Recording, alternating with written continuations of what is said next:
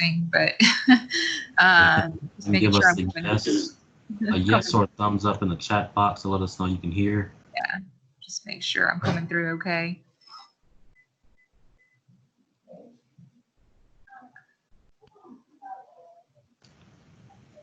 Looks like we're good.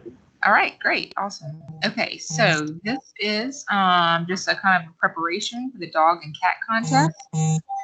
Some of you may be new to it. Some of you, this may be your second time or joining us again. It's a great contest. I enjoy doing it. We always really get a lot of good and interesting presentations. And so really what I want to do today is just kind of, for those of you who haven't done it before, this is your first time, definitely a different year, but really the basic concepts of the contest are going to be very much the same. We'll just be doing it online, but as far as what you need to know and even presenting, we'd expect some of the same things. So again, this used to be the dog science contest, and we opened the contest up last year to include cat or cat, if you're interested in cat breeds or cat medicine or whatever it may be, just to kind of expand the scope a little bit more, since they're such common pets, and cats more so than dogs. Actually, cats are some of the most popular pets in the United States. So we definitely thought it was important to bring those guys in as well, because they're not just little dogs. Cats are a totally different species, and so it's important to kind of know what they need as well. Their diet, their husbandry, everything is a little different than, well, I say a lot different than dogs in some ways. So I'm going for the contest. Let's move my slide here. Okay, so you got these in the basic rules for the contest. The knowledge test is going to be half of the points that you can accumulate, and that will be paired with the points from your oral presentation or speech. The knowledge test runs about 50 to 60 multiple choice questions. Those already have been submitted and working on having the test completed. And it's mostly multiple choice and true false. And I always tell students, be sure that you read very carefully. I've seen in the past that a lot of students kind of go through this part of the test or this part of the contest very quickly. And it's half the point. So you definitely want to make sure that you spend some time reading through the questions carefully. And I'll get to the content of those questions here in a bit. But the first questions in the past have always been breed pictures with identifying the type of breeds that you see in a PowerPoint slide. And then I always have another question that will follow up. Give me a little more about this breed once you've identified it. Which particular AKC group is it in? Or what type of dog is it? A terrier versus a hound dog. We can't do that quite this year with the same type of testing format. So this year we're still going to have those breed slides, and there'll be about 10 of them, but it won't be associated with another question. So it will just be the breed, and then or the slide of the dog, and then you identify the breed.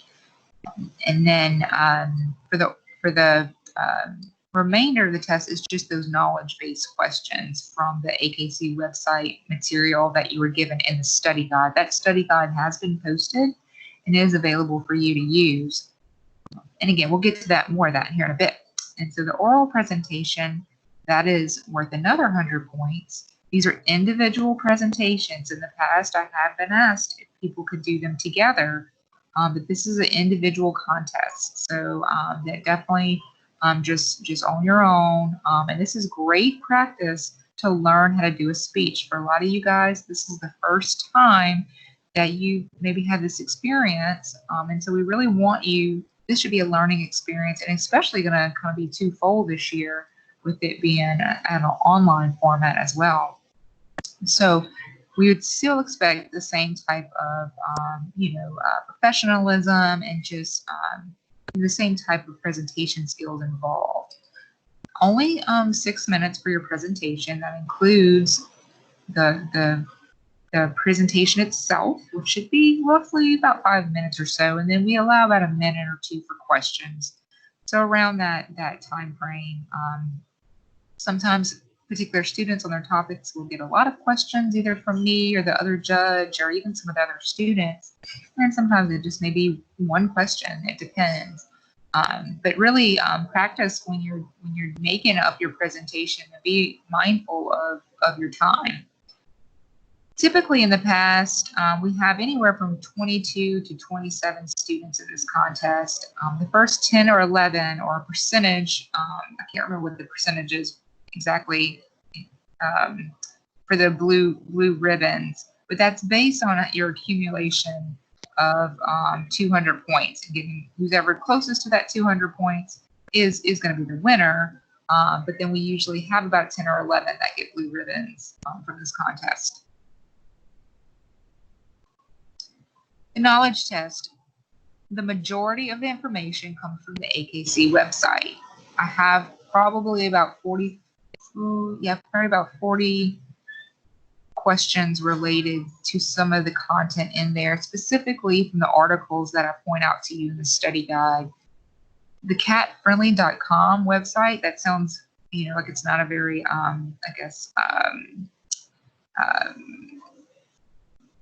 in terms of, its affiliation, it sounds just kind of like, petfriendly.com or something, that we don't know if it's reputable, I guess I should say. But that site is actually endorsed by the American Association of Feline Practitioners. So the information from there should be accurate and up to date.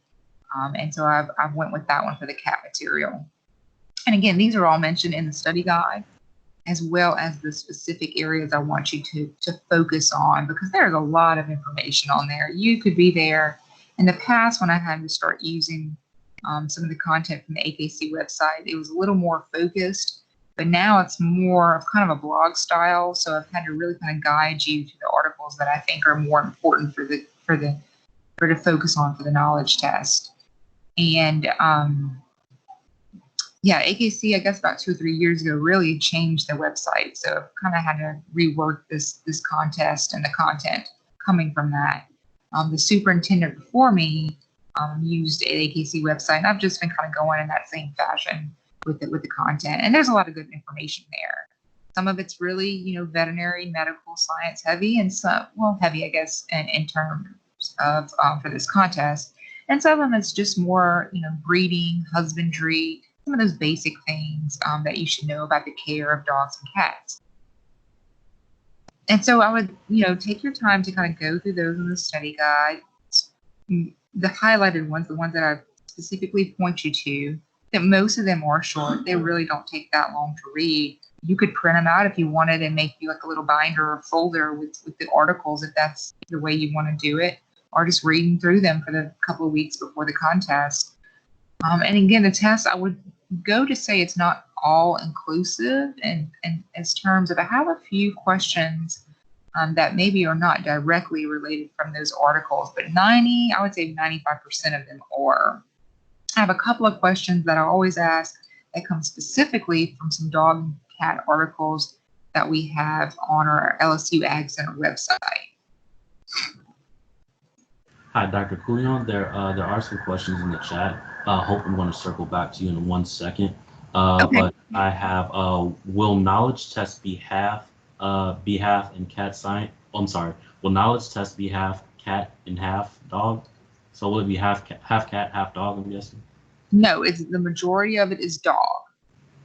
I think there's about 75% of the questions are dog and 25% are cat, just because I still have most students doing dog presentations and sticking with the historical aspect, I guess, of the contest.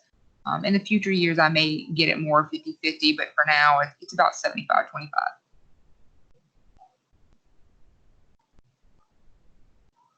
Is there another question on that? Not content wise, but I hope I'll be getting back to you in 1 second. Okay, cool. All right, so we're good to keep going? Yes. Okay, so I just wanted to bring, just to kind of navigate you guys through the AKC website and where you should focus in, and I guess animation will come up on here. Yes, perfect. So the first circle, I've just highlighted the breeds section. and then the expert advice. And that's the two areas you should go to find the content that you need to study.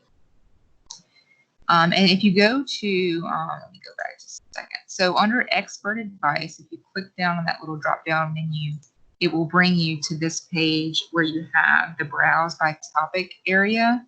And you can see there's dog breeding, grooming. I'm just highlighting here one of them for you, health, and lifestyle. And I think I point in the study guide those specific ones the students to concentrate on. And then within those sections, so if I click on that health, it's going to take me to all the articles that are related to health of the animals. And that can really be, again, a broad topic. So I've highlighted those ones to concentrate on. To the left, you'll see there's certain topics within there. And then if you were to scroll down on this web page, you would see each of these little articles. And again, they kind of look like blog posts, but they're not. I mean, they're articles pertaining to whatever health area is of interest, whether it be, heartworm disease or diabetes. They kind of lump some of those things under there. Kidney disease, liver disease, toxicities, things that can be toxic to dogs and cats. So that's going to be in that health section. And that is really, again, the articles I picked too are usually the most recent ones. So they should be fairly easy to find.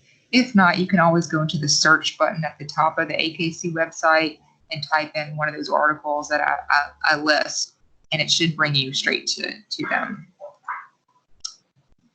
And now this one, I'm just highlighting again the breeds A to Z, because we do have a few of those breed slides within the knowledge test. So if you go to the breeds A to Z and you click down, that will bring you to the following page.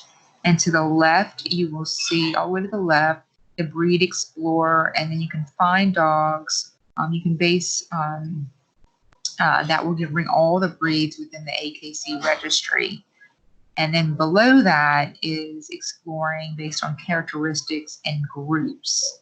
That's where you'll find the terrier group, the hound dog, the working dog groups. And so I mentioned there would be the breed identification. There will be 10 of those. But we do have some questions also related to just certain characteristics of breeds within certain AKC groups. So I may mention something kind of 3 or 4 dog breeds and ask you, are they a part of the hound group? Or are they part of the working group, AKC group? And you may have a true false question associated with that. Or you have a list of certain breeds and then you pick which group they belong to. And this is just becoming familiar with as many of the different breeds as you can. Do I expect you guys to know all 100 and I believe 93 breeds? Absolutely not. I try to focus on some of those ones that most of you guys are pretty familiar with. The common dogs, Labradors, Dalmatians, Golden Retrievers, German Shepherds. Every now and then I will put one in that may be kind of one from left field, because it's interesting to learn about all these very unique breeds that are out there in the AKC registry. So just be aware of that, but most of them are more of your popular and common dogs.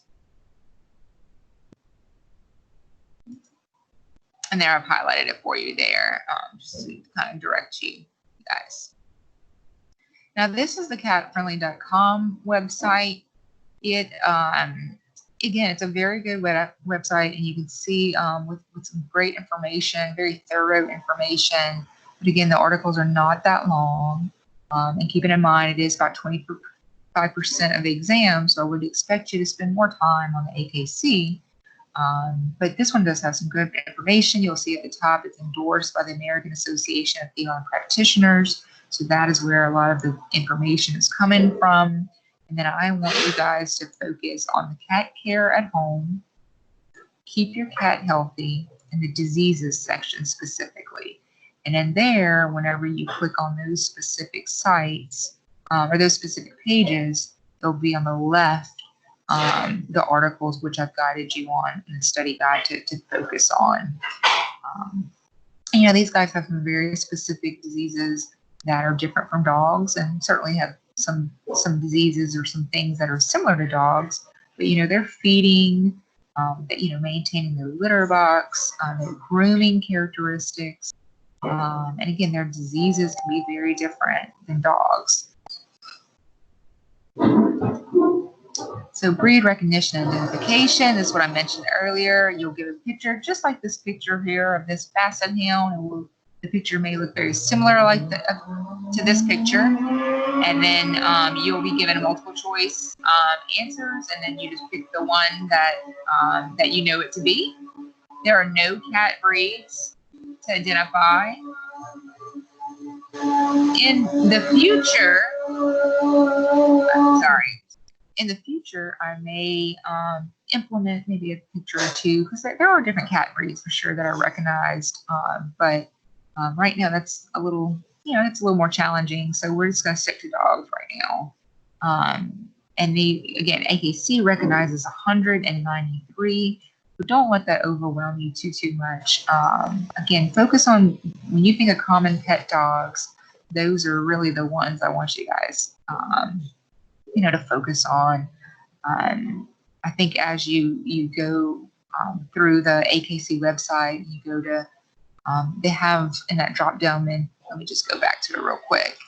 In that drop down menu for breed name and characteristic or group, they have some, like, you know, the best dogs for their apartments, best dogs for families. If you click on there, that will kind of guide you to some of the more common breeds that I'm expecting you guys to recognize. All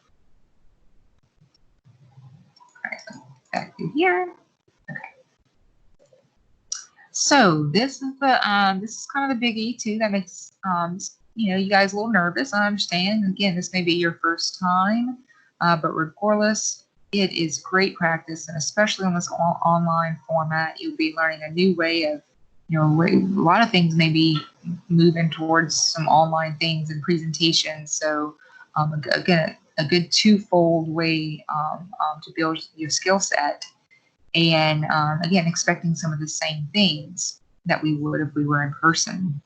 So I'm going to go through some tips and things to think about as you're planning for your presentation or speech. So what I see a lot of students do, and I've been doing this contest now the last several years, is some get either too broad or too focused.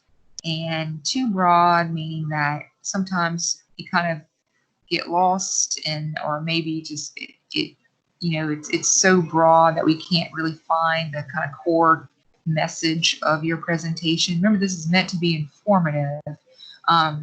You know, but it's certainly something you should be interested in, and certainly something you can be excited about and want to learn more about and share with others. But keep it simple and focus as best you can. An example, a lot of presentations in the past have been on service dogs. That's a very popular topic. It's a great topic. And there's always something new or different out there. I think I learn every year that I didn't know about service dogs. But just, you know, thinking, okay, I want to do service dogs would be an example of something being too broad. So focus that in a little more on something like service dogs that assist people with disabilities. And then maybe you want to cover like 3 or 4 disabilities, I mean, blind, deaf, or handicapped, or, you know, there's even service dogs now that assist people with, you know, some post-traumatic stress disorder, autism, as well as OCD, overt compulsive disorder. So there's a lot of different ways dogs are being used to help people with mental and or physical disabilities. Service dogs in the military, and they serve in many different capacities. Service dogs specifically for veterans, and again, going back to those that might be suffering with post-traumatic stress disorder. Service dogs have made a huge impact in assisting those individuals. And then service dogs as narcotics detection dogs. So this is getting more specific. And if you're going to get something, you know, really specific like that, well, then tell us some, you know, more details associated with that. Like, you know, what's the training like? What specifically do they do? How long are they in service for? What happens to these dogs? What do they do after they've completed their service? So again, that's kind of focused on something much more specific. And you should still be able to find ample information enough for your presentation, for a 6-minute presentation. And practice, practice, practice. What I have seen over the years, again, is students that tackle some of these more medical or veterinary related topics, specifically with heartworm disease, because that, again, is a popular topic. It's a very important disease in Louisiana. I'm always glad to see or hear one. But, make sure your information is accurate. I've seen students in the past, unfortunately, that have given some inaccurate information. And so just be sure, you do some research to find, you're looking at some reputable resources. The Merck Veterinary Manual, MERCK Veterinary Manual, is always a good place to start for some other diseases and things, or health-related issues. Use correct pronunciation. So that's probably some of the hardest things for you guys, especially first time giving a speech and being a little nervous. Get with a veterinarian to make sure the accuracy of your information, make sure you're pronouncing things. Now on Google, you can hit those little microphone buttons to help you pronounce things.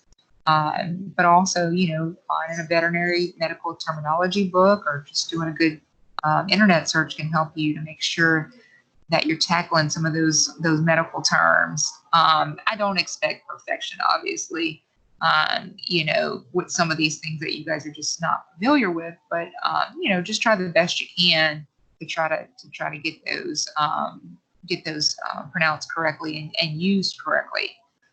It's like I said, if you know a veterinarian, a local veterinarian, or even somebody in biology that can help you with some terms or some things, that's great to do too. I'm sure most veterinarians would be happy to help. And just some general presentation tips. I'm doing it. I catch myself doing it too. It's hard to try not to say and, or like too much. We all do that. And it's hard to kind of control that, but just being aware of it. Make eye contact with your audience. That's very important.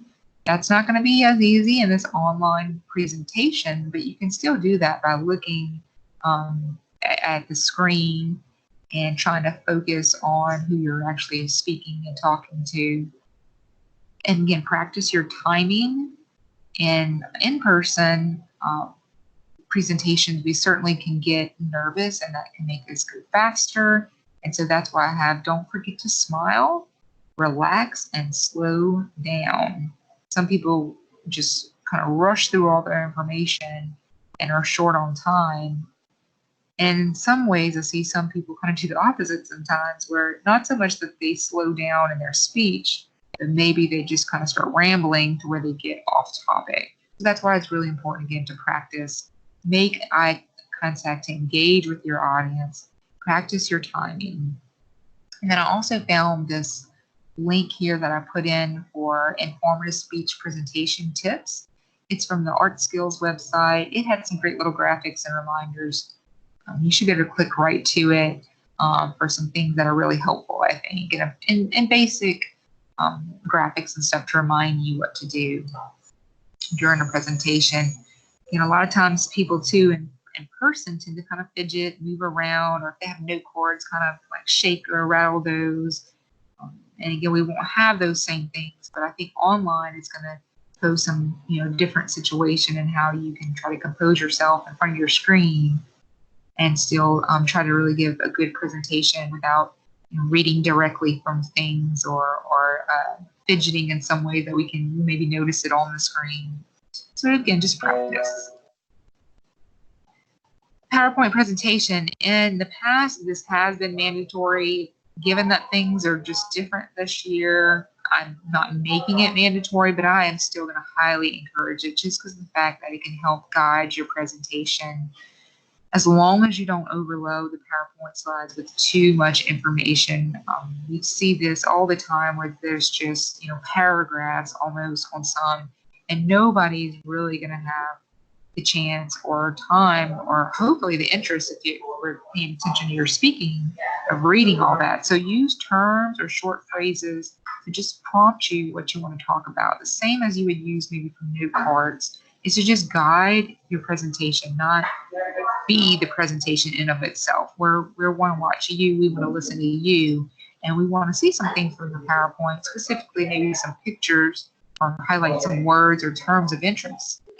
Again, we want to be focused on you and what you're talking about. Note cards are perfectly fine to use, just as long as they're used to assist you, again, like a PowerPoint, and don't read straight from them. You use this, the whole point is to help guide, prompt you, and show some pictures or graphics if that's needed to emphasize certain things in your presentation. Enough slides, for a 6-minute presentation really depends on information.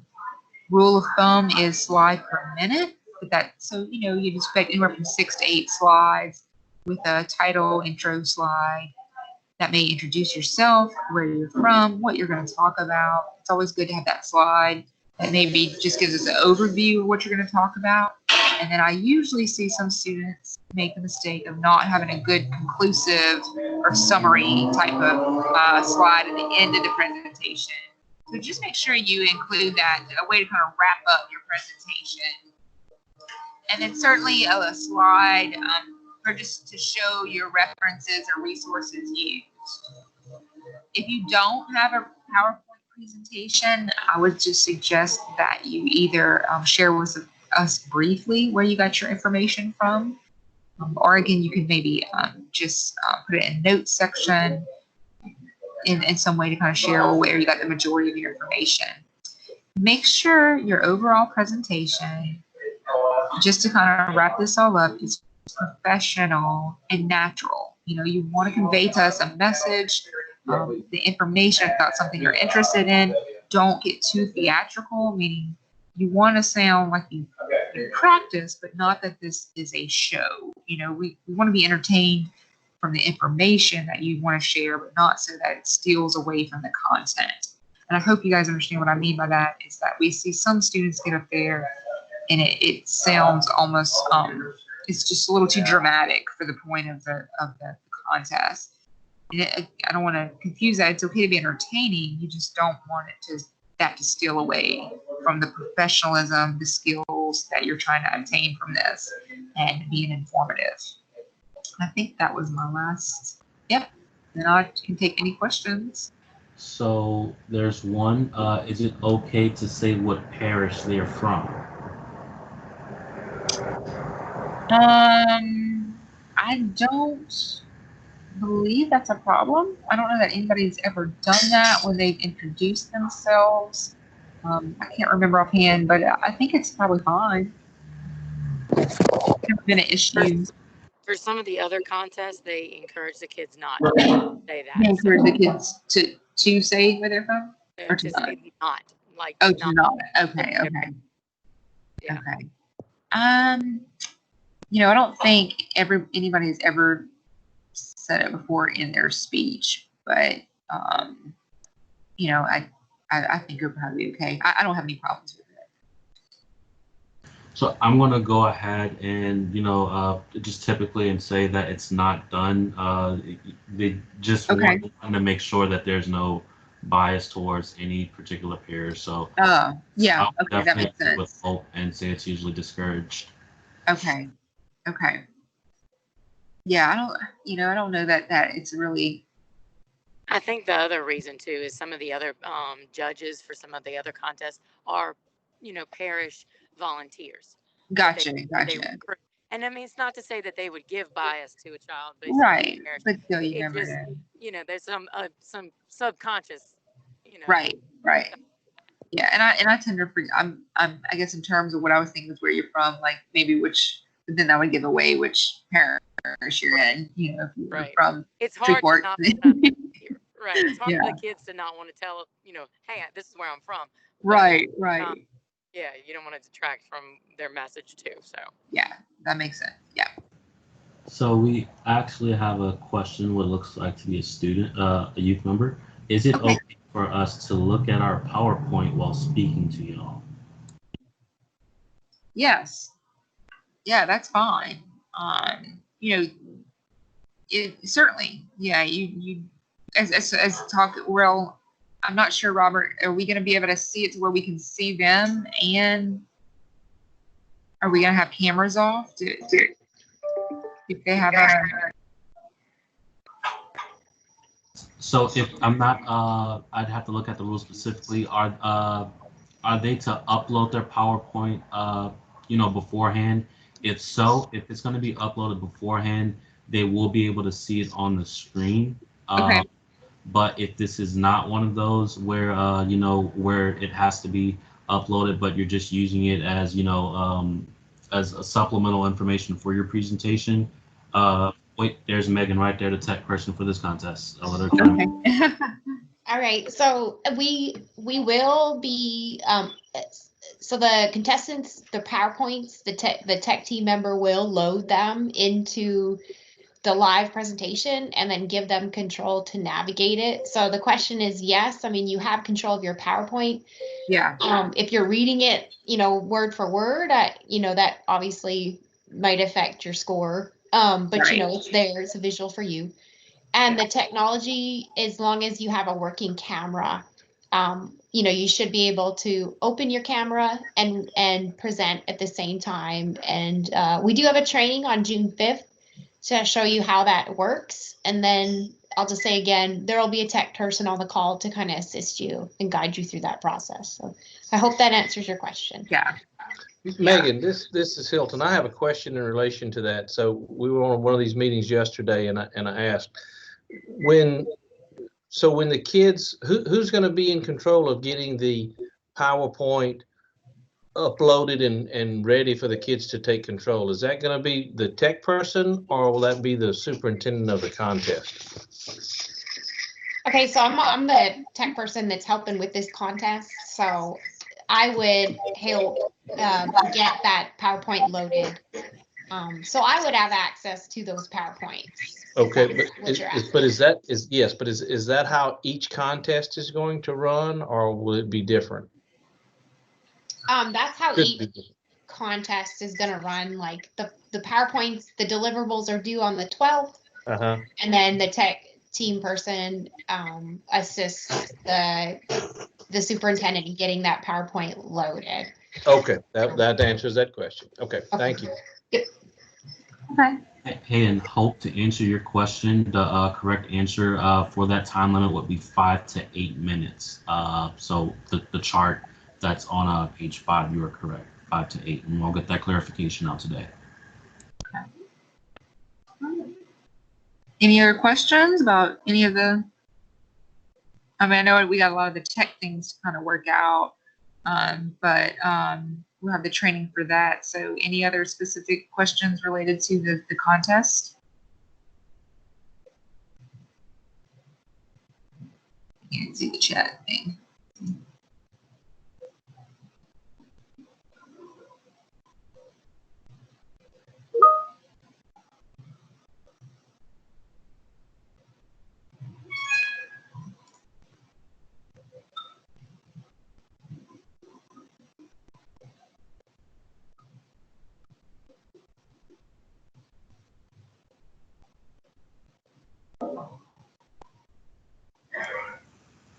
How long for the test?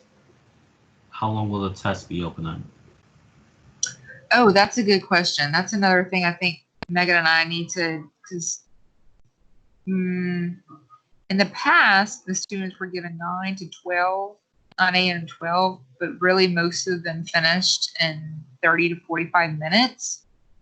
We have to do some type of way of kind of restricting it, since it will be given through, what's the format called again, Megan? I'm forgetting the Yeah, the Microsoft quiz, and it does have an option for us to limit the time, but we, obviously we want to be mindful of individuals if they have technology issues, but. Right. I'm thinking at this time, just limiting it to an hour or so. I guess what we don't want is, given enough time to where the students could potentially go kind of Google things. during it. But that's an issue we're dealing at all levels, I think, collegiate levels and everything with testing online. But it'd probably be about an hour, if I had to guess, once we get that figured out and the test all compiled.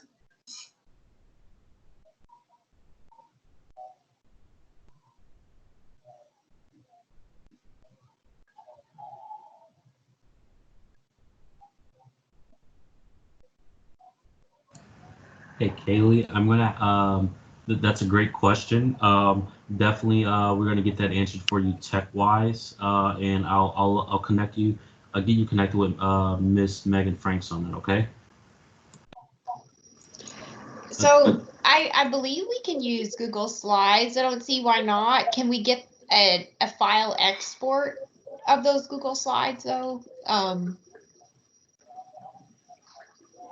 That's a question to you, Let's see. Kylie. You wanna?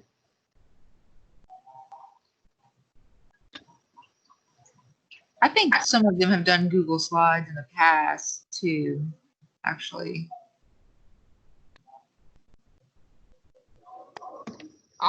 All we really need is that export so that it can be, you know, put in that, you know, folder that's nobody can, you know, change the file, look at the file, whatever, but just so that it's available for us to upload on that day. If that answers your question.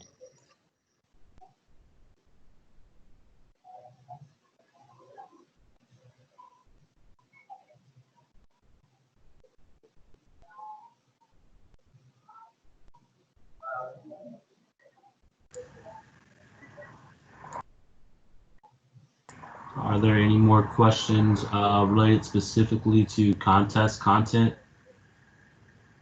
Anything about the presentation?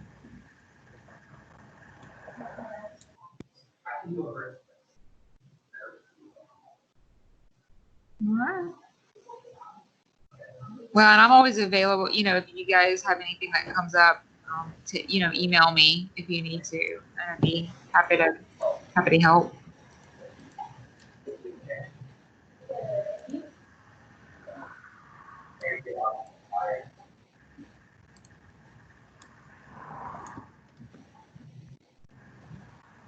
And I just dropped your email in the chat. If there's so that way they can contact you via email. This is recorded.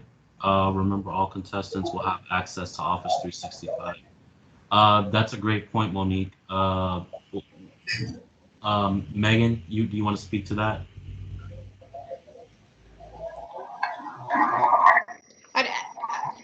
Sure. I mean, I'm not. What exactly do you want me to speak to about that? That they will have access to 365 for the duration of the 4HU once registered. So I'm guessing she's meaning that they'll have access to Microsoft PowerPoint. Right, they will, but I just if somebody's been using Google Slides, I'm trying to find a way that they can still use Google Slides, obviously. But yes, they will have access to Office 365, and once they're uploaded on June 5th, before that training, that when they'll start having access to all of those different programs. So yeah, that's good. Thank you for mentioning that.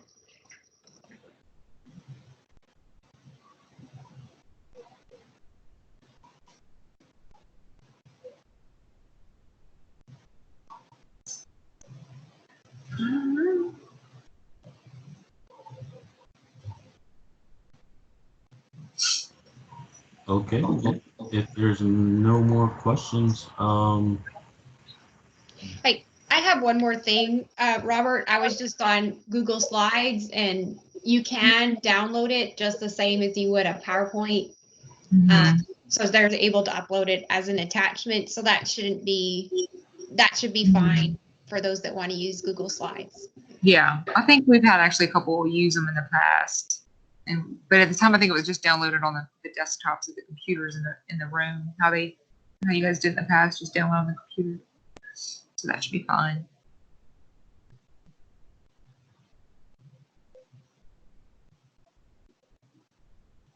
Yeah, and they can download that as a PDF or even as the,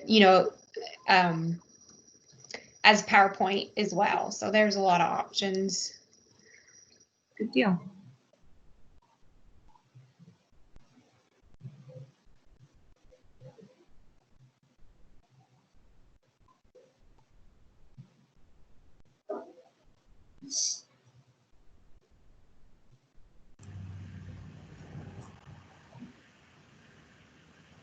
Well, it looks like we're good to go. All right. Thanks, everybody.